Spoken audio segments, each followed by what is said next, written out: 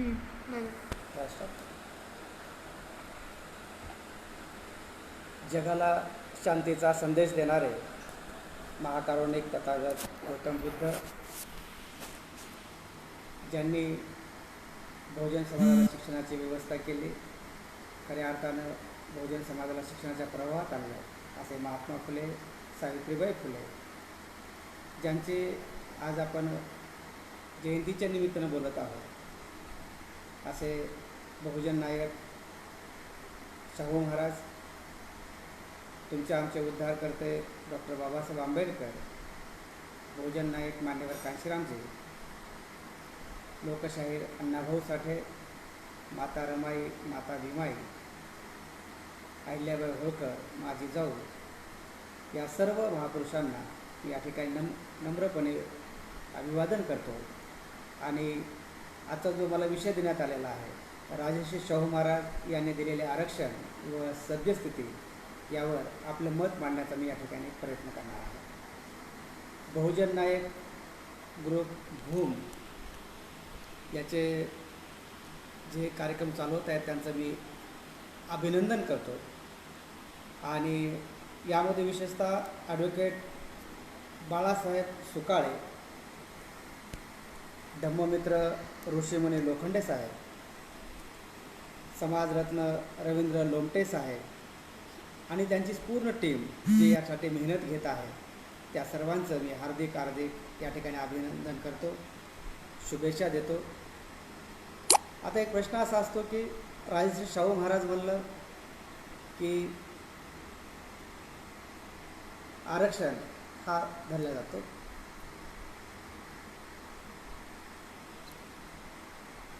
फक्त शाहू महाराजांनी आरक्षणाचंच काम केलेलं आहे का? तर असं काही नाही आहे. शाहू महाराजांचं काम हे बहुआयामी आहे.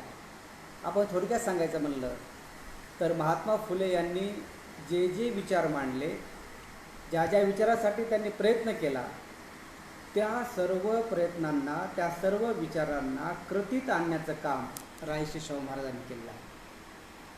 विशेषतः त्यांचं सामाजिक काम, राजकीय काम, आर्थिक धोरणे, म्हणजे सर्वच गोष्टीबद्दल जे जे शाहू महाराजांना महात्मा फुलेद्वारे कळालं, महात्मा फुलेंनी जे जे आपल्या पुस्तकात लिहिलं, आपल्या विचारातून कृतीतून घडवलं, या सर्व शिक्षणविषयक असेल, त्यांचं पाटबंधारेविषयक काम असेल, राजकीय काम असेल, सामाजिक कामं असेल, धार्मिक काम असेल, या सर्व कामावर पूर्ण करण्याचं काम राजर्षी शाहू महाराजांनी केलेलं आहे.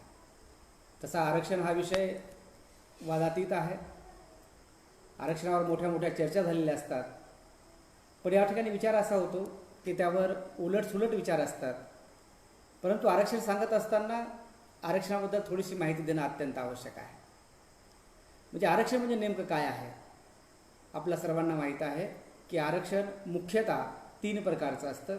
जे भारतीय संविधानाने जे आरक्षण दिलं ते आरक्षण हे 3 प्रकारचं आहे. ते कोणतं आरक्षण? तर शिक्षणावरचं आरक्षण, जे SC ST OBC मायनॉरिटीज लोकांना शिक्षणामध्ये आरक्षण भेटतं, ते एक आरक्षण आहे. दुसरा प्रकार जो आरक्षणाचा आहे तो म्हणजे नोकरीमधलं आरक्षण आहे. आणि तिसरा जो आरक्षण ते म्हणजे राजकीय आरक्षण आहे. आणि त्याबरोबरच पदोन्नतीद्वारे जे आरक्षण दिलं जातं ते सुद्धा आरक्षणाचा या ठिकाणी आपला विचार करावा लागणार आहे. बरेचदा असं होतं की आरक्षणात चर्चा करत असताना की असं म्हणलं जातं की बाबासाहेबांनी राजकीय जे आरक्षण आहे ते फक्त 10 वर्षापुरतं दिलेलं आहे. परंतु वास्तवात असं आहे, या 3 आरक्षणापैकी जे शिक्षणाबद्दलचं आरक्षण आहे, नोकरीवरचं आरक्षण आहे आणि राजकीय आरक्षण आहे, यामध्ये फक्त राजकीय आरक्षण जे आहे हे 10 वर्ष असावं, अशा प्रकारची भूमिका भारतीय संविधानाने की तत्कालीन संविधान निर्माते बाबासाहेब आंबेडकर आणि सहकारी यांनी हे केलेलं होतं. परंतु शिक्षण आणि नोकरीमधल्या आरक्षणाबाबतीमध्ये हा कालखंड नाही आहे. भारतामध्ये जोपर्यंत जाती व्यवस्था आहे तोपर्यंत शिक्षण व नोकरीमधलं आरक्षण हे राहणार आहे. आता हे सांगत असताना आपला कळता येतं की शाहू महाराजांनीच पहिल्यांदा आरक्षण दिलं का प्राचीन काळामध्ये आरक्षण होतं? तर आपल्याला जेव्हा सम्राट अशोकांचा कालखंड आठवतो तेव्हा इथली वर्णव्यवस्था ही संपुष्टात येते आणि त्यावेळेस ब्राह्मण वर्गाला कुठलंही काम नव्हतं आणि त्यामुळे सम्राट अशोकाने त्यांनी याचना केली आणि पहिल्यांदा आरक्षण देण्याचं काम सम्राट अशोकांनी केलं. सम्राट अशोकांजवळ ही ब्राह्मण मंडळी गेली आणि त्यांनी सांगितलं, आमच्या उपजीविकेची साधनं जी होती ती मात्र आता नष्ट झालेली आहेत. आम्हाला तुमच्या प्रशासनामध्ये, तुमच्या सैन्यामध्ये, तुमच्या राज्यकारभारामध्ये आम्हाला तुम्ही काही राखीव ठेवा. आणि त्यावेळेस सम्राट यांनी आरक्षण त्या ठिकाणी दिलेलं आहे. किंवा आपण असं म्हणूया की राजा बृहद्रथ नंतर 10 राजे झाल्यानंतर बृहद्रथ राजानंतर जे प्रतिक्रांती झाली आणि मनुस्मृती लिहिण्यात आली, ही मनुस्मृती म्हणजे सरळ सरळ हे आरक्षणाचा एक मोठा पार्ट आपल्याला पाहायला भेटतो. म्हणजे काय बरं, शिक्षणामध्ये एक विशिष्ट वर्गाला 100% आरक्षण, संरक्षणामध्ये एक विशिष्ट समाजाला 100% आरक्षण, व्यापारामध्ये एक विशिष्ट वर्गाला 100% आरक्षण असं आपल्या ठिकाणी पाहता येतं. परंतु जो हे फक्त आरक्षण 15% फक्त लोकांना होतं, त्यांना 100% आरक्षण होतं. कुणाला शिक्षणाबद्दल आरक्षण होतं, कुणाला राज्यकर्त्याबद्दल आरक्षण होतं, कुणाला धनसंपत्तीबद्दल आरक्षण होतं. म्हणजे शूद्र आणि अतिशूद्र या समाजाला मात्र कुठलाही अधिकार नव्हता. हा फक्त सेवा करणं होतं.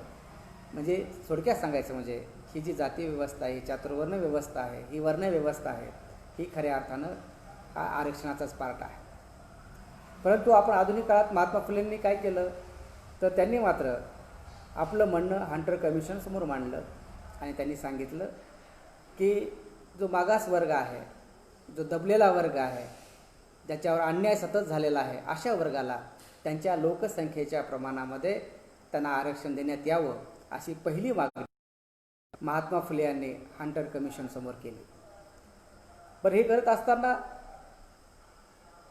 ही मांडणी केल्यानंतर मग शिक्षणाबद्दल असेल किंवा दुसऱ्या गोष्टीबद्दल असेल, समाजकारणाबद्दल असेल, राजकारणामध्ये असेल, ही मागणी महात्मा फुले सतत रेटत होते. पण महात्मा फुले यांच्याकडे तेवढी सत्ता, तेवढी ताकद आपला धोरणं राबवण्याची आपल्याला पाहायला भेटत नाही. त्यांनी महात्मा फुले यांना असं म्हणलं जातं की त्यांना सर्व चळवळीचे जनक मानलं जातं. मग ती कामगाराची चळवळ असेल, कामगार असेल, अस्पृश्यांची चळवळ असेल, इथल्या कुठलीही चळवळ, भारतात ज्या ज्या चळवळी होतात त्याचं उगमस्थान म्हणलं तर महात्मा फुले म्हणलं तरी काही वावगं ठरणार नाही. आणि त्यांना जो अनुयायी भेटला तो म्हणजे राजर्षी शाहू महाराज. राजर्षी शाहू महाराज यांनी आपल्या गुरुचं, याने महात्मा फुलेंनी जे जे लिहून ठेवलं त्या सर्वांचं या ठिकाणी त्यांनी अंमलबजावणी केलेली आहे. आणि शाहू महाराज एक राजा होते. राजा असताना त्यांच्याकडे पॉवर होती, त्यांच्याकडे शासक असल्यामुळे. आणि असं असतं, जर शासक चालतो त्याच पद्धती सर्व जनता चालत असते. त्यामुळे काय झालं की शाहू महाराजांनी महात्मा फुलेंनी जे जे लिहिलं त्या सर्वांची अंमलबजावणी केली. थोडक्यात सांगायचं म्हणलं तर शिक्षणविषयक धोरणामध्ये आपल्याला सांगता येईल की शिक्षणविषयक धोरणामध्ये शाहू महाराजांनी एकूण खर्चाच्या 23% खर्च त्यांनी शिक्षणावर केला होता. आता असं आकडेवारी समजणार नाही, मी तुम्हाला सांगेन. जी प्रगत राष्ट्र असतात, आज आपण जगामध्ये जे प्रगत राष्ट्र आहेत, ही प्रगत राष्ट्र शिक्षणावर 8% खर्च करतात, म्हणजे 8%. भारतासारखं संविधान असं म्हणतं की 6% असावं, पण प्रत्यक्षामध्ये 3% या शिक्षणावर खर्च होतं. याचा अर्थ असा पहा की 23% खर्च शाहू महाराज शिक्षणावर करतात. एवढंच नाही, मंदिराचं उत्पादन जे आहे ते पूर्ण शिक्षणावर खर्च केलं जातं. आणि महात्मा फुलेंनी सांगितलेलं होतं शिक्षण कसं असावं तर शिक्षण सक्तीचं, मोफत आणि कंपल्सरी असलं पाहिजे. त्यांनी सांगितलं तर त्या सर्वांचा वापर राजर्षी शाहू महाराजांनी केला होता. जे पालक आपल्या मुलांना शाळेत पाठवत नाही त्याला दंड देण्यासुद्धा काम त्यांनी केलेलं होतं. याचा अर्थ असा, फक्त आरक्षणाशिवाय सुद्धा शाहू महाराजांनी मोठ्या प्रमाणात काम केले आहे. राधानगरी धरण असेल, मोठी बाजारपेठ असेल, शेतीविषयक कृषीविषयक कार्य असेल, म्हणजे सर्वच कार्यामध्ये त्यांनी केलेलं आहे. पण आपण जे पाहणार आहोत ते म्हणजे आरक्षणविषयक. विशेषतः त्यांचा एक प्रसंग सर्वांना माहीत असलेला सांगावा वाटेल की ते इंग्लंडला गेल्यानंतर त्याच्यामध्ये मोठ्या प्रमाणात बदल झाला. इंग्लंड त्यांनी पाहिलं आणि पाहिल्यानंतर त्या लक्षात आलं की आपले राज्य कसं आहे आणि हे राज्य कसं आहे लक्षात आल्यानंतर त्यांनी आपल्या राज्यामध्ये फेरफटका मारला. त्यांच्या लक्षात आलं की एक विशिष्ट वर्गाचीच फक्त या नोकऱ्यामध्ये मक्तेदारी आहे, आपल्या राज्य कारभारात मक्तेदारी आहे.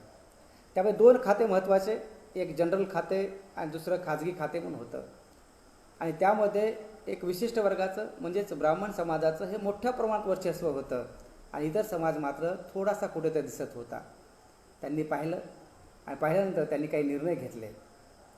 मग निर्णय घेत असताना एक गोष्ट सोपी असते, एखादा निर्णय घेणं खूप सोपे असतं, पण त्याची अंमलबजावणी करणं मात्र खूप अवघड गोष्ट असते.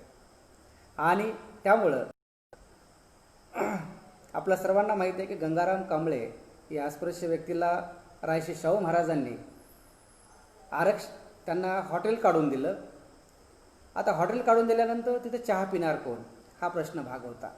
हॉटेल तर शाहू महाराजांनी काढून दिलं, परंतु त्या ठिकाणी चहा प्यायला कोण जाणार. आणि काय झालं की इतर लोक काही जात नव्हते, तेव्हा शाहू महाराज काय करायचे, स्वतःच त्या ठिकाणी जायचे. सकाळच्या वेळेस म्हणा, त्यांना जेव्हा वेळ भेटेल तेव्हा तिथे जायचे आणि त्याबरोबर राजदरबारात प्रत्येक व्यक्ती बऱ्याच ठिकाणी जायची, त्यांच्यासोबत यायची, तीसुद्धा त्या ठिकाणी चहा प्यायची. परंतु महाराज गेल्यानंतर मात्र ते हॉटेल सुनं राहायचं. त्यामुळे महाराजांची कल्पकता यावर लक्षात येते. महाराजांनी एक असा आदेश काढला की एखाद्याला राज्य दरबारात काम करून घ्यायचं असेल तर त्यांनी काय करावं की गंगाराम कांबळे यांच्या हॉटेलवर चहा प्यावा, त्या ठिकाणी विशेष दिलेलं कूपन जे आहे ते कूपन त्या राजदरबारात दाखवावं आणि त्यानंतर त्याचं ते काम केलं जात होतं. त्यामुळे बरेच जणांची इच्छा असो अथवा नसो त्याला ते चहा पिणं भाग होतं, म्हणजे राबवण्याची एक पद्धत आहे. दुसरं एक मला उदाहरण सांगायला आवडेल की बहुजन समाजाला तर आरक्षण देण्यात आलं, 50% आरक्षण शाहू महाराजांनी दिलं, ते म्हणजे 2 जुलै 1902 परंतु आता प्रश्न असा होता की बहुजन समाजातली माणसं म्हणजे आजच्या भाषेमध्ये SC, ST, OBC आणि मायनॉरिटी समाजामधली माणसं ही शिकलेली नव्हती, मग त्यांना नोकऱ्या कशा द्यायच्या हा त्यांच्यासमोर मोठा प्रश्न होता. मग त्यांनी काय केलं, इंग्लंडचा हा जो प्रकार आहे तो त्यांनी मात्र राबवला. कोणता राबवला बरं त्यांनी, तर इंग्लंडमध्ये अशी पद्धत होती. उदाहरणामध्ये सांगायचं म्हणलं तर समज एखादा कोर्ट आहे आणि कोर्टसमोर एक चहाची टपरी आहे, पाण्याची चहा त्याकडे पिला जातो. वकील लोक आपल्या सुट्टीमध्ये त्या मध्यंतरामध्ये ते एका हॉटेलवर जात असतात आणि त्या ठिकाणी चहा पित असतात. आता एक गोष्ट आहे की त्याकडे चहा वाढणारा एक पोरगा आहे, वयानं कमी असणारा हा पोरगा तो चहा देतोय. देत असताना तो वकिलाची चर्चा ऐकतोय. हा वकील काय म्हणतो, त्या केसवर काय चाललं, ह्याच केसवर काय चाललेलं आहे, आज तो ऐकत असतो आणि त्याला ऐकून काय होतं ते पाठ व्हायला लागतं. आणि एक वेळ अशी येते विशिष्ट कालानंतर 10 वर्षानंतर 15 वर्षानंतर की त्याला त्या केसमधलंच पूर्ण माहिती व्हायला लागली होती. बरेचदा एखादा वकील अडखळला बोलत असताना, चहा पित असताना, तो मुलगा सांगत असते की ह्याचं उत्तर असं आहे. ते शाहू महाराजांनी पाहिलं तर इंग्लंडमध्ये काय केलं जात होतं, त्याच्याकडे डिग्री नसेल तर चालेल, पण त्याच्याकडे ज्ञान जर असेल तर मात्र त्याला ती डिग्री दिली जात होती आणि त्याचा तो सन्मान केला जात होता. शाहू महाराजांनी असंच केलं की शिक्षण जरी कमी असलं तर त्यांना त्या विशिष्ट पदव्या दिल्या, त्यानंतर शिक्षण पूर्ण करून घेतलं आणि त्यांना त्या ठिकाणी घेतलेला आहे. याचा अर्थ असा, शाहू महाराजांनी प्रत्येक गोष्टीमध्ये पर्याय हा काढला आणि त्यामुळेच ते आरक्षणाचे धोरणं हे चांगल्या प्रकारे राबवू शकले. दुसरी काही गोष्ट अशी झाली की एक विशिष्ट वर्गाची मक्तेदारी असल्यामुळे की इतर समाजात 50% येतोय म्हणले, त्यांना असं वाटायला लागलं की आपल्या समाजाची काही जागा गेली. समजा एखाद्या ऑफिसमध्ये एक क्लास 1 अधिकारी आहे आणि क्लास 2 जागे बहुजन समाजातला माणूस शाहू महाराजांनी नियुक्त केलेला आहे, तेव्हा त्याला असं वाटायचं, क्लास 1 अधिकाऱ्याला असं वाटायचं की आपल्या समाजाची एक जागा गेलेली आहे. आणि त्यामुळे तो काय करत असे की वरी रिपोर्ट देताना सांगत असे की यांना व्यवस्थित टिप्पणी काढता येत नाहीत, यांचं शुद्ध अक्षर नाही आहे, यांना शुद्ध बोलता येत नाही, प्रशासनाचे जी कामं असतात ती व्यवस्थित करता येत नाहीत, अशी ते वरच्यावर वरी पाठवत होते. शाहू महाराजांच्या लक्षात आलं की हे असं का करत आहे. तेव्हा शाहू महाराजांनी त्यांना लेटर लिहिलं, त्या क्लास 1 अधिकारी लेटर लिहिलं आणि सांगितलं, तुमच्या हाताखाली जो क्लास 2 अधिकारी काम करतो आहे तो तुमच्या नियंत्रणाखाली आम्ही ठेवलेला आहे. त्याला 3 महिन्याच्या आतमध्ये त्याला शुद्ध लिहिता आलं पाहिजे, शुद्ध बोलता आलं पाहिजे, त्याला टिप्पण्या व्यवस्थित लिहिता आल्या पाहिजेत, किंवा प्रशासकीय एकंदरीत काम त्याला व्यवस्थित आलं पाहिजे आणि जर त्याला आलं नाही तर तुमच्यावर कारवाई का करू नये असं त्यांनी सांगितलं. 3 महिन्यानंतर मात्र रिपोर्ट हा वेगळाच आला. त्या क्लासरूम अधिकाऱ्याने रिपोर्ट लिहिलं, याला टिप्पणी चांगली लिहिता येते, हा चांगला शुद्ध बोलतो, शुद्ध लिहितो आणि एकूण प्रशासकांचं प्रगतीपथावर आहे. याचा अर्थ असा होता की शाहू महाराज फक्त कायदे करून थांबले नाहीत, कायद्याची कशी व्यवस्था केली जाते यासाठी त्यांनी प्रयत्न केलेले आहेत. मला एक गमतीशीर एक प्रसंग आठवतो, तो म्हणजे आमचे मित्र शाहीर राजू राऊत आहेत, कोल्हापूरचे मोठे शाहीर आहेत. शाहू महाराजावरचं बाबासाहेबांवर, राजश्री शाहू महाराजावर, शिवाजी महाराजांचे मोठे पोवाडे गाजलेले आहेत. त्यांनी एक किस्सा सांगितला मला. तो किस्सा असा होता, एका गावामध्ये जत्रा, कोल्हापूरच्या बाजूलाच असलेलं एक छोटंसं गाव, त्या गावामध्ये जत्रा असे. त्या ठिकाणी भोसले आणि सरनाईक असे 2 नावाचे मराठा सरदारांची जी पुढची पिढी आहे ती पिढी त्या ठिकाणी राहत होती. आणि त्याच्यामध्ये वाद होत असा होता की जत्रेमध्ये जत्रा संपन्न झाल्यानंतर की जेवण कोण पहिल्यांदा जेवण्यासाठी पुढे यावं. तर सरनाईक हे संख्येनं जास्त असल्यामुळे आणि त्यांना असं वाटत होतं की आपण त्या वरिष्ठ आहोत, म्हणजे भोसले कमी आहेत आणि आम्ही मात्र उच्च आहोत असं त्यांना वाटायचं. आणि त्यामुळे त्यांचं दोघांमध्ये भांडणं व्हायचं, कोण आधी जे पंक्तीवर बसण्याचं. शाहू महाराजांना एका यात्रेला त्यांना बोलण्यात आलं होतं. तर त्यांनी पाहिलं आणि त्यांनी विचार केला की दोघंही सोबत बसा, म्हणजे भोसले घराणे सोबत बसेल आणि सरनाईक घराणे सोबत बसेल.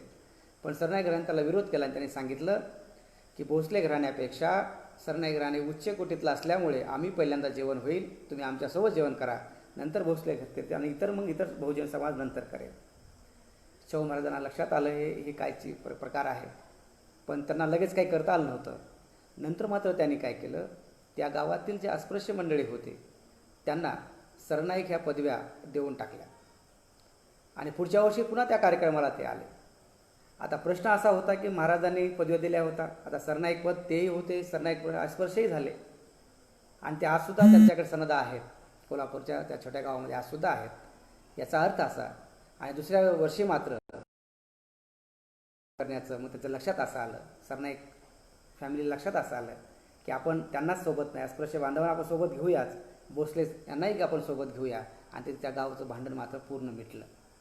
याचा अर्थ असा, शाहू महाराज फक्त बोलके कार्यकर्ते नव्हते, बोलके नेते नव्हते, बोलके समाजसुधारक नव्हते, बोलके राजे नव्हते, तर शाहू महाराज हे कृतिशील असे असणारे असे राजे होते असं पाठी सांगता येतं. मग काय केलं बरं, या शाहू महाराजांना आरक्षण दिलं, या आरक्षणाचा फायदा काय झाला, परिणाम काय झाला. या ठिकाणी माझ्याकडे त्यांच्या गॅजेटमधलं आकडेवारी आहेत, मी आकडेवारी सांगायचा थोडक्यात प्रयत्न करेन, म्हणजे लक्षात येईल की 1902ला म्हणजे 26 जुलै 1902मध्ये आरक्षण दिलं. शाहू महाराजांचा जो मृत्यू आहे ते 1922ला झाला. तर या 20 वर्षाच्या कालावधीमध्ये काय झालं, कुठे किती बदल झाला मी तुम्हाला सांगायला मला आवडेल. म्हणजे शाहू महाराजांच्या काळामध्ये 2 खाते होती, एक जनरल खाते आणि दुसरे खाजगी खाते होते.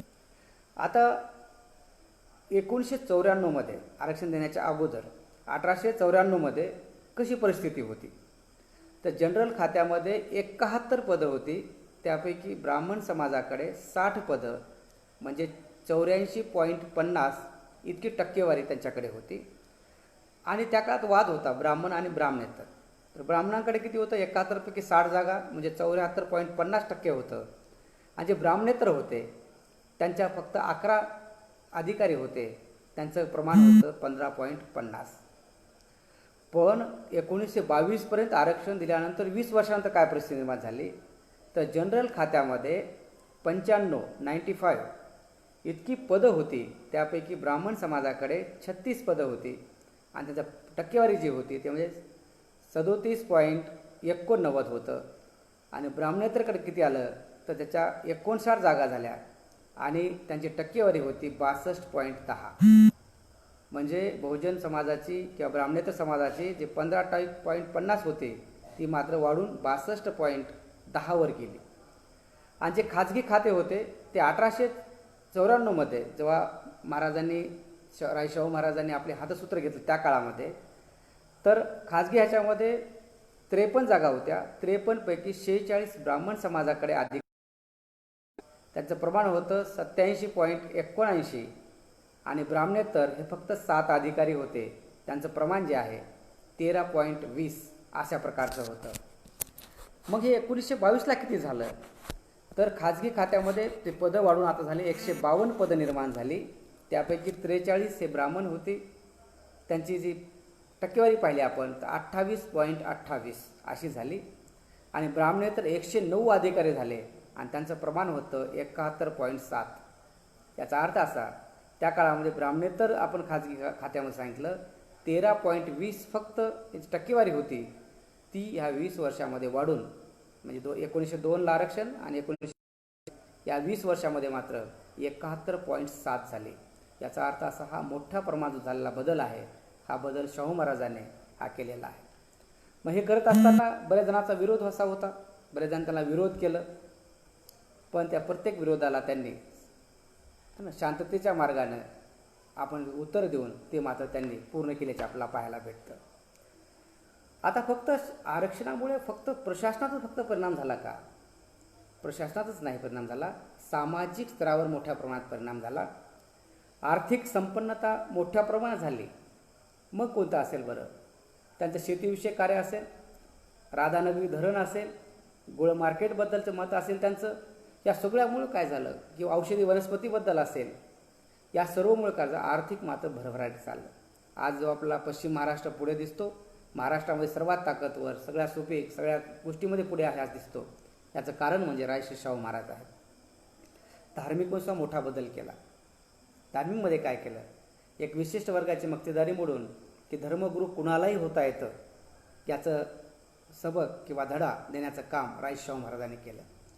त्यामुळे धर्मपीठच निर्माण केलं आणि त्या ठिकाणी एक मराठा समाजाचा आमचा तरुण बांधव त्या ठिकाणी त्याचा शंकराचार्य शास्त्र त्या ठिकाणी नेमण्यात आलेलं होतं. राजकीय मोठ्या प्रमाणात भाग झाला आणि शाहू महाराजांनी काय केलं? त्याचं एक वाक्य खूप आहे की दाईचं प्रेम आणि आईचं प्रेम याच्यामध्ये फरक असतो. त्यामुळे त्यांनी काय केलं? प्रत्येक समाजात नेता लीडर तयार करण्याचं काम केलं आणि हे करत असताना मग ते वसतिगृह निर्माण केलं असेल, शिक्षण संस्था निर्माण करणं असेल आणि त्याद्वारे घडवणं असेल, अशा विविध जातीच्या नेत्यांना निर्माण करण्याचं काम केलं. आणि बाबासाहेब त्यापैकीच एक. बाबासाहेब एका आपल्या त्या तत्कालीन परिस्थितीमध्ये पाहता येतं की महात्मा गांधी म्हणत होते की अस्पृश्य समाजामध्ये दूरपर्यंत लिडरशिप नेतृत्व दिसत नाही आहे. पण त्यावेळेस शाहू महाराज सांगत होते, माणगाव परिषदेमध्ये सांगितलं की हे डॉक्टर बाबासाहेब आंबेडकर जे आहेत, भीमराव आंबेडकर जे आहेत, हे भीमराव आंबेडकर उद्या महाराष्ट्राचेच नाहीत तर देशातले पुढारी, मुख्य पुढारी असतील आणि काही मोजक्या लोकांचे जे प्रमुख असतील त्यामध्ये पुढारी असतील, असा दूरदृष्टी सांगणारे राजे शाहू महाराज.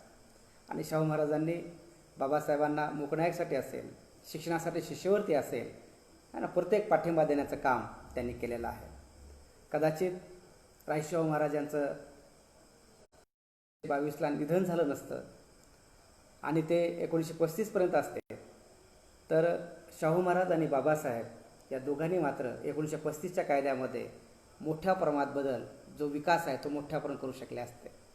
पण झालं असं की शाहू महाराजांच्या निधनानंतर त्यांचे जे तयार केलेले नेते होते ते काँग्रेसमध्ये मोठ्या प्रमाणात गेली आणि त्यामुळे काय झालं, सत्यशोधक चळवळ ही मागे राहिली. पण एक गोष्ट याच्यामध्ये अशी झाली की महात्मा फुलेंची जी स्वप्न होती ती पूर्ण करण्याचं काम कोल्हापूर प्रमाणात झालं. मग आता आपला प्रश्न पडतो की शाहू महाराजांनंतर आरक्षणाचं काय झालं? शाहू महाराजांच्या नंतर आरक्षणाचं कोण धुरा वाहिली? तर आपल्या सर्वांना माहीत आहे महात्मा फुलेनंतर जो कालखंड आहे हा 108 वर्षाचा मोठा संघर्षाचा काळ आहे. तो म्हणजे महात्मा फुले त्यांच्यानंतर 1922पर्यंत शाहू महाराज समर्थपणे पेलला आणि 22पासून मात्र बाबासाहेबांनी 1956पर्यंत त्यांच्या महानिर्वाणापर्यंत हे 108 वर्षाचा प्रदीर्घ लढा असं झालेला आपल्याला पाहायला भेटतो. मग काय झालं बरं? बाबासाहेबांची जे राऊंड टेबल कॉन्फरन्स 3 झाल्या, या 3 कॉन्फरन्समध्ये मात्र मोठ्या प्रमाणात हक्क हा अधिकार मिळवून देण्याचं काम केलं. आणि बाबासाहेबांची जे राजकारण होतं ते राजकारण जे एक आधार होता. तो आधार काय होता बरं? त्यांचा आधार असा होता जसे मुस्लिम हे हिंदूपासून वेगळे आहेत, जसा इथला आमचा ख्रिश्चन बांधव हा हिंदू बांधवापेक्षा वेगळा आहे, इथला शीख बांधव आमचा हिंदूपासून जसा वेगळा आहे, तसंच अस्पृश्य समाज हा सुद्धा हिंदूपासून वेगळा आहे. त्यामुळे त्यांनासुद्धा जे तुम्ही अल्पसंख्याक समाज देत आहात, इतर समाजाला तुम्ही मुस्लिम समाजाला देत आहात, जे तुम्ही शीख समाजाला देत आहात, तुम्ही ख्रिश्चन समाजासाठी जे देत आहात, तशा सोयी सवलती अस्पृश्य समाजाला दिल्या पाहिजेत अशी त्यांची मागणी होती. आणि हे करत असताना या 3 राऊंड टेबलमध्ये मोठ्या प्रमाणात संघर्ष झाला आणि संघर्षातून बाबासाहेबांना अपेक्षापेक्षा जास्त अस्पृश्य समाजासाठी त्या तत्कालीन समाजामध्ये म्हणजेच SC/ST मात्र मोठ्या प्रमाणात त्यांनी फायदे करून घेतले होते. त्याच भाग म्हणून 2 मताचा जो अधिकार आहे तो त्यांनी मिळून आणला होता. पण मात्र आमरण पुणे कराराच्या द्वारे तो काढून घेतला आणि त्यामुळे बाबासाहेब एका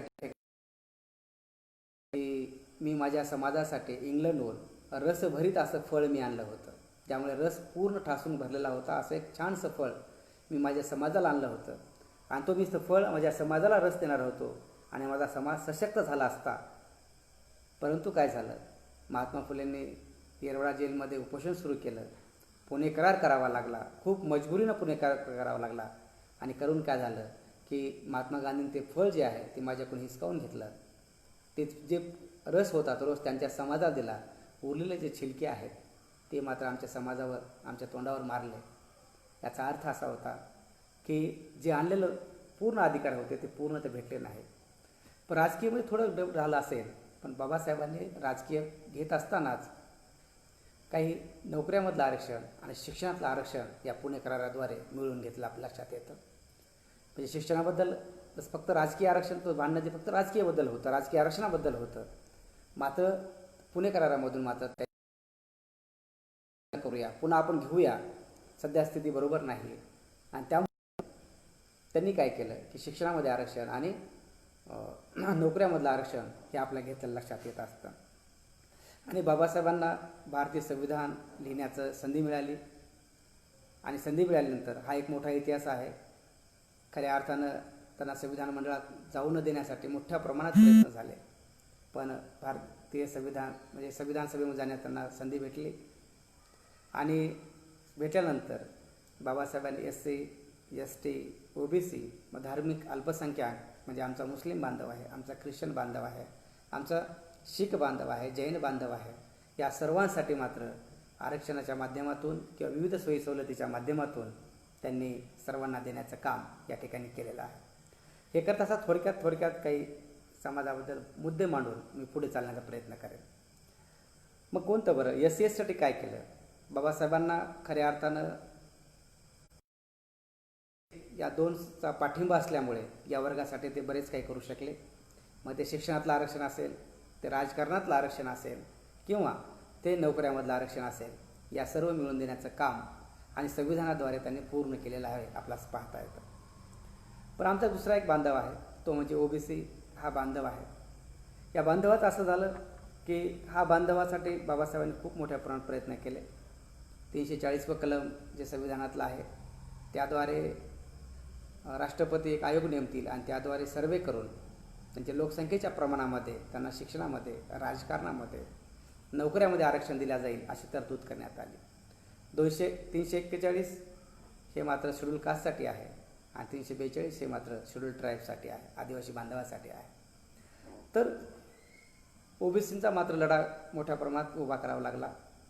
बाबासाहेब असतानाच त्यांच्या लक्षात असं आलं की आपण ते सर्व तयार केलेलं आहे, पण OBC बांधवांना सुद्धा न्याय मिळत नाही आहे.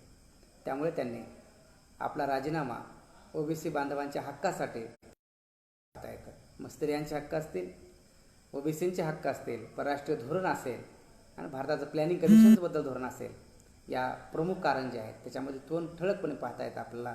ते म्हणजे महिला आरक्षण, महिलांचं ते त्यांना सगळे अधिकार मिळाले पाहिजे होते त्यासाठी, आणि OBC वर्गासाठी बाबासाहेबांनी आपला राजीनामा दिला.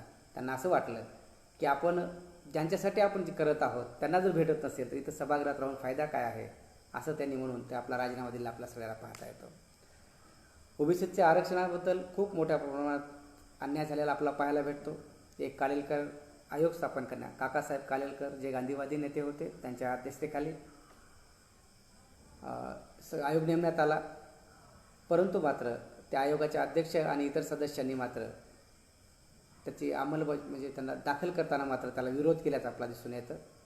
1978मध्ये ओबीसीमध्ये मोठ्या प्रमाणात जागृती झाली आणि त्यांनी पुन्हा एकदा मागणी केली की ते आयोग आम्हाला पुन्हा पाहिजे. तेव्हा त्यांनी काय केलं की पुढे ढकलण्यासाठी हा आयोग जुना झालेला आहे, काकासाहेब कालेलकर आयोग हा खूप जुना झालेला आहे, आता नवीन आयोग आपल्याला निर्माण करावा लागेल, नवीन समस्या आहे असं म्हणून त्यांनी तो आयोग नष्ट करून मंडल आयोग स्थापन केला आणि त्याची मात्र अंमलबजावणी झालेली नाही. म्हणजे जेव्हा जेव्हा ओबीसी बांधवाला काय देण्याची वेळ येते तेव्हा मात्र इथले प्रस्थापित पक्ष मात्र ते न किंवा प्रस्थापित नेते न देण्यासाठी प्रयत्नशील करत असतात.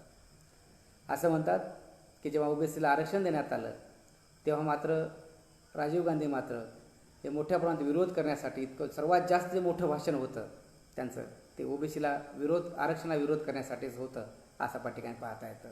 याचा अर्थ असा की प्रस्थापित पक्ष असतील आरक्षणाच्या 1992ला आरक्षण भेटलं, पण कुठलं भाषण भेटलं तर ते भेटलं म्हणजे आरक्षण जे भेटलं ते मात्र फक्त नोकऱ्यामधलं आरक्षण भेटलं. म्हणजे शिक्षणात आरक्षण नाही, फक्त नोकऱ्यामध्ये आरक्षण आहे आणि राजकीय आरक्षण भेटलं नाही. आणि 2005मध्ये शिक्षणाचं आरक्षण भेटलं.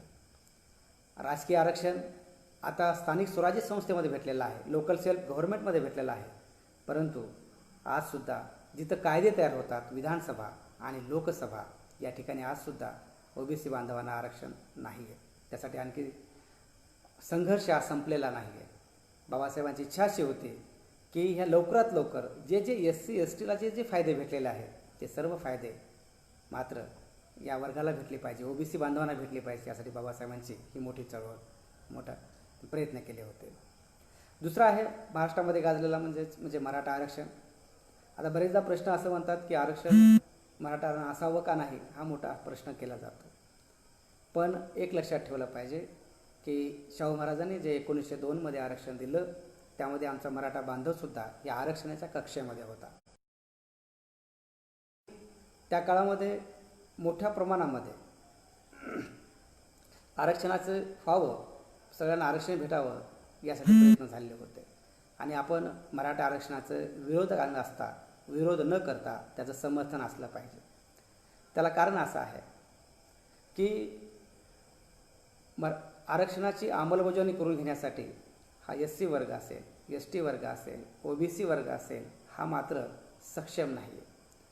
जर मराठा बांधव आमच्यासोबत आला, तो सत्तेत आमच्यासोबत असला तर मात्र त्या ठिकाणी असं होतं की तो आरक्षण राबवू शकतो आणि त्याबरोबर सर्वांचं आरक्षणाची अंमलबजावणी होऊ शकतो. आणि दुसरी गोष्ट असं, मराठा आरक्षण काही SCमधून द्यायचं नाही आहे, मराठा आरक्षण शेड्यूल्ड ट्राईबमधून द्यायचं नाही आहे, मराठा आरक्षण OBCमधून द्यायचं नाही आहे, तर त्या स्वतंत्रपणे 16% जे आरक्षण आहे. आणि तुम्ही काल परवाचा रिझल्ट पाहिला असेल, MPSCचा मोठ्या प्रमाणात आमचे मराठा बांधव काही ओपनमध्ये लागले, खुल्या गटातून लागले आणि मोठ्या प्रमाणात पहिल्यांदा असं झालं की एवढ्या मोठ्या प्रमाणात बांधव आमचे मराठा बांधव हे नोकरीमध्ये लागलेले आहेत. पण एक गोष्ट आहे की SC असतील, ST असतील, OBC असतील हे आपल्या कोट्यातून तेवढीच माणसं गेलेली आहेत. याचा अर्थ असा, त्या आरक्षणापासून SC ST OBC आरक्षणाला कुठलाही धोका नाही. एवढंच नाही, त्यांना पाठबळ असल्यामुळे. आणि दुसरी गोष्ट असं, सर्वच मराठा बांधव सर्वच ठिकाणी त्यांना संधी भेटते असंही नाही. त्यामुळे मुख्य प्रवाहात आणण्यासाठी त्यांना आपल्यासोबत असणं ही एक काळाची गरज आहे. आपल्याला सांगता येतं, पंजाबराव देशमुख यांचं उदाहरण आमचे मार्गदर्शक आनंद देशमुख हट्टेकर सांगतात. त्यांचे वडील सत्यशोधक चळवळीचे जिल्हाध्यक्ष असताना त्यांचा एक किस्सा त्यांनी सांगितला. पंजाबराव देशमुख परभणीला आले होते आणि त्यांनी इथल्या आमच्या मराठा बांधव आणि देशमुख बांधवांना सांगितलं, कुणबी असं नावासमोर लिहा, मराठा हा शब्द प्रादेशिक आहे आणि तुम्ही कुणबी लिहाल तर आपण OBC सर्व फायदे भेटतील. सध्या OBCचं सर्वे चालू आहे. पण तत्कालीन समाजामध्ये त्यांना असं वाटलं की आपण अस्पृश्य शोधावं का, आहे काय, असा प्रकार त्यांचं होतं. तेव्हा पंजाबराव देशमुख आमच्या परभणीच्या याच्यावर रेल्वे स्टेशनवर अक्षरशः ढसाढसा रडले.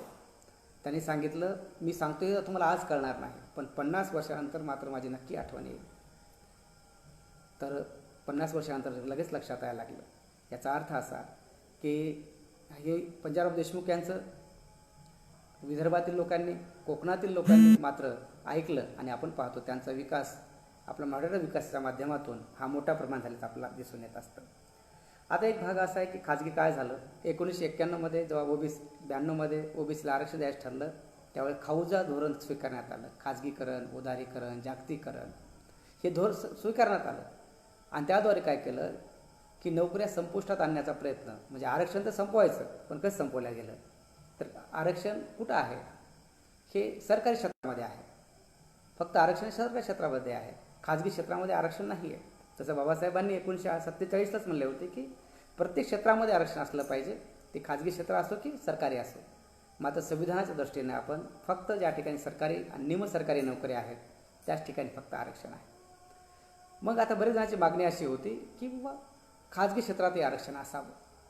आता म्हणजे काय बरं, एकूण लोकसंख्येच्या फक्त नोकऱ्या ज्या आहेत ते 1990च्या आकड्यात सांगतं 7% ह्या सरकारी नोकरी आणि निमसरकारी नोकऱ्या आहेत. याचा अर्थ वेगळ्या क्षेत्रामध्ये आहे. मग शेती, उद्योगधंदे हा वेगवेगळ्या क्षेत्रामध्ये आपल्याला पाहायला भेटतात. म्हणजे याचा अर्थ असा फक्त 7%, त्यामध्ये 50% रिझर्वेशन, 3.5% म्हणजे 2%. आणि आताची आकडेवारी असे मोठ्या प्रमाणात आहे की खाजगी म्हणजे जे सरकारी कारखाने होते, सरकारी ज्या उद्योग होते, हे मोठ्या प्रमाणात त्याचं खाजगीकरण करण्यात आलं. आज नोकऱ्याचं प्रमाण 4% फक्त आता राहिलेलं आहे. म्हणजे जवळपास अर्ध्या नोकऱ्या आता संपत आलेल्या आहेत. मग काही जणांची मागणी आहे की खाजगी क्षेत्रामध्ये आरक्षण असावं, तिथं आम्हाला आरक्षण दिलं गेलं पाहिजे, असं त्यांची मागणी आहे. पण एक गोष्ट अशी आहे की यामध्ये विरोध मात्र मोठ्या प्रमाणात आहे. जे आरक्षण दिलं त्याबद्दलच काही वाद आहे. ते वादाचं थोडंसं उत्तर देण्याचा मी या ठिकाणी प्रयत्न करणार आहे. की काही जण असं म्हणतात की आरक्षण हे आर्थिक आधारावर असावं, त्याला सामाजिक आधार असू नये.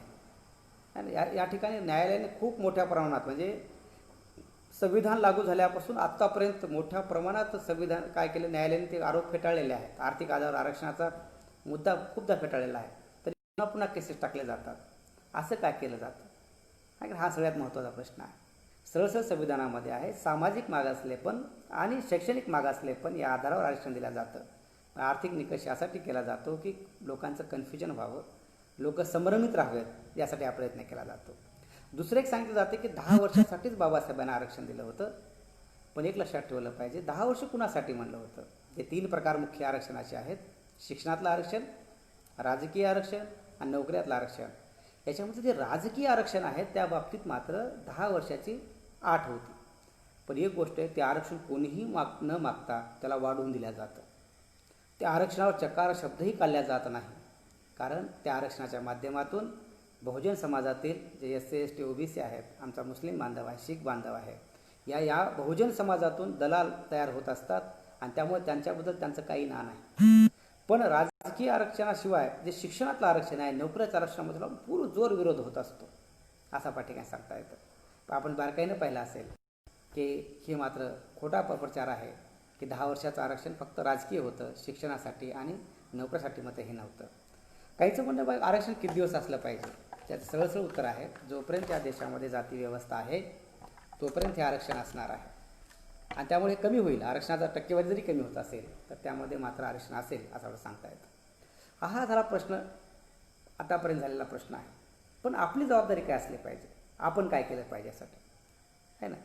एक गोष्ट असते की मान्यवर कांशीरामचं वाक्य मला खूप या ठिकाणी आवडतं. ते असं होतं, आता आपण आरक्षण घेण्याची वेळ नाही आता आपल्याला, तर आपली हे आरक्षण देण्याची वेळ आहे. आरक्षण खूप झालं, आपण घेतो आहोत ते आरक्षण, ठीक आहे, ओके, काही प्रॉब्लेम नाही. पण आरक्षण किती दिवस मागणार आहात. आता आरक्षण आपले देण्याची वेळ आलेली आहे. म्हणजे काय बरं, ते असं म्हणतात, आता आपण शासनकर्ती जमात बनली पाहिजे. शासनकर्ती जमात ही आरक्षण देत असते, आरक्षण मागत नसते. असं म्हणलं जातं, देने वाले समाज में लाल पैदा होते हैं और मांगने वाले समाज में दलाल भडवे ऐसे पैदा होते हैं. याचा अर्थ असा की आरक्षण आता आम्हाला देण्याची तयारी करावी लागेल. आणि जर आपण आरक्षणाची देण्याची तयारी आपल्याकडे असेल, आपण शासनकर्ते त्यासाठी जमात बनवत असू, तर मात्र आपण ठरवूया की कुणाला द्यायचं आहे, तेव्हा मागण्याची वेळ नाही. मग यासाठी काय करावं लागेल बरं, तुम्ही बारकाईनं पाहिलं असेल, महात्मा फुलेंचे जे जे विचार आहेत ते प्रत्यक्ष कोल्हापूर संस्थानात शाहू महाराज राबवू शकले. का राबवू शकले? कारण शाहू महाराज हे राजा होते, शाहू महाराज हे शासक होते आणि त्यामुळे महात्मा फुलेंनी जे जे विचार मांडले ते त्यांनी त्या कोल्हापूर संस्थानामध्ये पूर्णतः केली, सक्तीनं अंमलबजावणी केली. आता बाबासाहेबांनी आपलं संविधान दिलं, संविधानाच्या मधून एवढे हक्क अधिकार दिलेले आहेत, शासनकर्ते बनण्याचा मार्ग दिलेला आहे. मग आपलं काम काय आहे? तर आपण आता शासक बनलं पाहिजे. शासक बनलं पाहिजे म्हणजे काय केलं पाहिजे? आपण शासक बनण्यासाठी पहिली अट अशी आहे की बहुजन बनलं पाहिजे. मी महाराष्ट्रात बरेचदा पाहतो, बऱ्याच विचारवंतांची व्याख्यान ऐकतो, सामान्य माणसं बोलताना मी ऐकतो. सगळे असं म्हणतात की सगळे जर बौद्ध एकत्र झाले तर आमचा या महाराष्ट्रावर निळा झेंडा फडकेल. पण प्रश्न असा असतो की एखादं सत्ता येणं यासाठी किती टक्केवारी लागते? तर कमीत कमी 32%, 35% इतकी संख्या तुमची मतं असली पाहिजे. आता प्रश्न असा आहे की इथं बौद्ध समाज किती आहे? तर आपण पाहता येईल आपल्याला इथे शेड्यूल कास्ट हा 13% आहे. केंद्र सरकारमध्ये जेव्हा ऑल इंडियात पाहतो आपण तो पाहतो हा 13% हा शेड्यूल कास्ट आहे. आता ह्याच्यामध्ये किती जाती आहेत? त्यामध्ये बौद्धांची संख्या किती असेल? आपण असा विचार करू मोठ्यात मोठ्यापणे 5%, 6% असेल. आणि आपण केलं की सर्व बौद्धांना काय वैचारिक वस्तू एकत्र करून सगळं करून आपण एकत्र केलं तर संख्या किती होऊ शकते? आपल्याला माहिती आहे 5%, 6% जास्तीत जास्त होऊ शकते. म्हणजे आपल्याला ते एकत्र आलं तरी आपण राजसत्तेत येऊ शकत नाही. आपण हे बऱ्याच राजकीय उदाहरणं आपण पाहू शकतो. मग आपल्याला काय करावं लागेल? आमचा जो बांधव जवळचा बांधव आहे त्याला आपला जवळ घ्यावा लागेल. मग कोणत्या बांधव घ्यावा लागेल आपल्याला? तर आपला मातंग बांधव आहे, आपला चर्मकार बांधव आहे, आमचा मोची बांधव आहे, आमचा बुरुड बांधव आहे आणि आमचा ढोर बांधव आहे. या बांधवांना आपल्या जवळ संख्या 13% जाईल. 13% सरकार स्थापन होत नाही. म्हणून आम्हाला आमचा दुसरा जो भाऊ आहे तो म्हणजे आमचा शेड्यूल ट्राईब जो भाऊ आहे, आमचा आदिवासी बांधव जो आहे त्याला आपल्या जवळ घ्यावं लागेल. तेव्हा आम्ही 20-22% जाऊ. आपण ते सुद्धा सत्ता स्थापन होऊ शकत नाही, शासनकर्ते जमात बनू शकत नाही. त्यामुळे आम्हाला अदर बॅकवर्ड क्लास आमचा ओबीसी जो बांधव आहे त्याला आपला जवळ घ्यावा लागेल. तेव्हा आपलं बहुमत होऊ शकतं. तेवढंच नाही, आमचा जो ज्यांच्यावर अन्याय झाला अन्याय एसटीवर झाला, ओबीसीवर झाला, तसं आमचा अल्पसंख्याक बांधव आहे, आमचा मुस्लिम बांधव आहे, आमचा शीख बांधव आहे, आमचा जैन बांधव आहे ना. आमचे हे जे अल्पसंख्याक बांधव आहेत त्यांना आपला सोबत घ्यावा लागेल. म्हणजे आपला जर इथल्या भारताचे शासनकर्ते जमात बनवायचं असेल, बाबासाहेबांचं स्वप्न, शाहू महाराजांचं स्वप्न, महात्मा फुलेंचं स्वप्न किंवा सगळ्या बहुजन विचारांचं स्वप्न निर्माण करायचं असेल, राज्य आपलं स्थापन करायचं असेल तर SC, ST, OBC आणि मायनॉरिटी यांना एकत्र करावं लागेल आणि आपला भाईचारा बनवून जो समाज तुटलेला समाजाला आपला जोडून आपला बहुजन समाज बनवावा लागेल. आणि बहुजन समाज बनवला आपण शासनकर्ते जमात होऊ. आणि शासनकर्ते जमात असं म्हणलं जातं, शासनकर्त्या समाजाला मग आरक्षणाची गरज नसते, तो आरक्षण देणारा तयार होत असतो. त्यामुळे आता आपण आरक्षण देण्याची तयारी करावी लागेल. त्यासाठी 8 आहे ना. आणि त्याचा फॉर्म्युला सांगितलं आहे, 85 विरुद्ध 15चा जो फॉर्म्युला हा सुद्धा सांगण्यात आलेला आहे. त्यामुळे आपण शासनकर्ते जमात बनवून बाबासाहेबांचं स्वप्न आहे ते आपण पूर्ण करू शकतो. आणि आजच्या जयंतीदिनी मला असं वाटतं की शाहू महाराजांना, राजर्षी शाहू महाराजांना आपण वंदन करत असताना आपण शासनकर्ते जमात बनवून साकार करूया. या ठिकाणी मी शेवटची एक मिनिटाची कथा सांगून, एक छोटीशी कथा सांगून मी या ठिकाणी थांबणार आहे. एकदा काय झालं की गौतम बुद्ध हे जे आहेत ते आपल्या अनुयायीसहित मागं भिक्खुगण आहे ते एका जंगलातून जात होते. सोबत त्यांचा एक शिष्य आनंद शिष्य जो आहे तो त्याच्यासोबत होता. आनंदाला जाताना महात्मा बुद्ध म्हणाले की आपण या जंगलातून जात आहोत. जंगलातून जात असताना आतमध्ये काय चालले याबद्दल एकही प्रश्न विचारायचा नाही. जंगल संपल्यानंतर तुला जे जे प्रश्न असतील मनात येत असतील ते सगळे मला जंगल संपल्यानंतर बोलायचे, अगोदर मात्र काहीही बोलू नको. आणि त्यांनी काय, पुढे गौतम बुद्ध आहे, भिक्खू आनंद आहे, मागे भिक्खू संघ आहे आणि ते चालायला लागले. जंगलाच्या भरमळ्यात आल्यानंतर, मध्यभागात आल्यानंतर त्यांना काही खड्डे दिसले, काही 10 फुटाचे, काही 20 फुटाचे, काही 15 फुटाचे असे काही खड्डे दिसले. आणि त्यामध्ये काही मानवी सांगडे दिसायला लागले. म्हणजे मानवी सांगडे, मृत जे मानव आहेत त्यांचे सांगडे दिसायला लागले. बुद्धाने ते पाहिलं आणि पुढे चालायला लागले. भिक्खू आनंदला वाटलं आपण विचारावं त्यांना, पण बुद्धाने सांगितलं होतं विचारायचं नाही, प्रश्न विचारायचे नाही जंगल संपेपर्यंत. मग त्याने प्रयत्न केला, पण विचारावं कसं करावं त्याला राहवतच नव्हतं. हे कसं असं का झालं, अशी माणसं का मरून पडली या खड्ड्यामध्ये, त्याला राहवलंच नाही. त्याने खूप बुद्धांना विचारायचा प्रयत्न केला. बुद्ध मात्र शांत होते. जंगल संपलं. जंगल संपल्यानंतर आनंदने विचारलं, तथागत ही माणसं का मरण पावली आणि खड्डे काय काय प्रकार आहे हा, 10 फुटाचा, 15 फुटाचा, 20 फुटाचा. तेव्हा गौतम बुद्ध म्हणाले, हे खड्डे यासाठी पाडले गेले होते की ही सगळी सैनिक जे आहेत, तत्कालीन सैनिक आहेत, ही सैनिक लढाईसाठी जात होती. जात असताना त्यांना मध्यभागी आल्यानंतर, या जंगलाच्या मध्यभागी आल्यानंतर तहान लागली आणि सर्वांना वाटलं आपण इथं काय करावं, विहीर पाडावी आणि खोदावी आणि त्यात पाणी पिऊन तृप्त झाल्यानंतर आपण पुढचा मार्गक्रमण करावा. पण आपल्याकडे जी वर्णव्यवस्था आहे, वर्णव्यवस्थेमुळे काय झालं, सगळे एकत्र राहू शकले नाहीत. प्रत्येक वर्णाने आपल्या आपल्या जातीनुसार तो खड्डे पाडायला सुरुवात केली आणि काहीचे खड्डे 15 फूट गेली, काहीचे 20 फूट गेली, काहीचे 10 फूट गेली. पण मात्र त्यांना काही हाती लागलं नाही आणि त्यामुळे ती मरत झाली. जर सर्वांनी एकत्र आले असते, सगळ्यांनी एकत्र बसले असते आणि विचार करून एकत्र खड्डा पडला असता तर एक चांगली विहीर तयार झाली असती. सगळ्यांनी पाणी तृप्त पिऊन पिले असतं आणि जे समोर गेले असते. त्यांनी फक्त आपली सोय केली असती असं नाही, येणाऱ्या भावी पिढीची सुद्धा सोय चांगल्या प्रकारे करू शकले असते. पण त्यांना करता आलं नाही आणि त्यामुळे सगळे मरण पावले. तसं आपल्या समाजामध्ये झालेलं आहे. आपल्या बहुजन समाजामध्ये म्हणजे SC ST OBC सगळे आमचे अल्पसंख्याक बांधव यांच्यामध्ये झालेला आहे. आपण संघटना 1000 करत आहोत, वेगवेगळ्या संघटना स्थापन करत आहोत. परंतु संघटना या कथेतल्यासारखं होतं, एक विशिष्टपर्यंत यश भेटतं, पण मुख्य यश जे आहे, जे महापुरुषांना अभिप्रेत असणारं यश जे आहे, महापुरुषांचं स्वप्न जे आहे ते मात्र पूर्ण होत नाही. त्यामुळे आपल्याला सर्वांना एकत्र येऊन आपलं हे सगळं काम करावं लागणार आहे. तरच राजे शाहू महाराजांना खऱ्या अर्थानं नमन करू असं मला या ठिकाणी वाटतं. या ठिकाणी बहुजन नायक ग्रुप भूम, तसेच ॲडव्होकेट बाळासाहेब सुकाळे साहेब, धम्ममित्र ऋषीमुनी लोखंडे साहेब, समाजरत्न रवींद्र लोमटे साहेब या सर्वांनी मला या ठिकाणी संधी दिली. त्याबद्दल मी सर्वांचे या ठिकाणी धन्यवाद मानतो आणि जे या फेसबुक ऐकत आहे सर्वांचं मी या ठिकाणी सप्रेम जय भीम करतो. जय फुले, जय शाहू, जय भीम. धन्यवाद.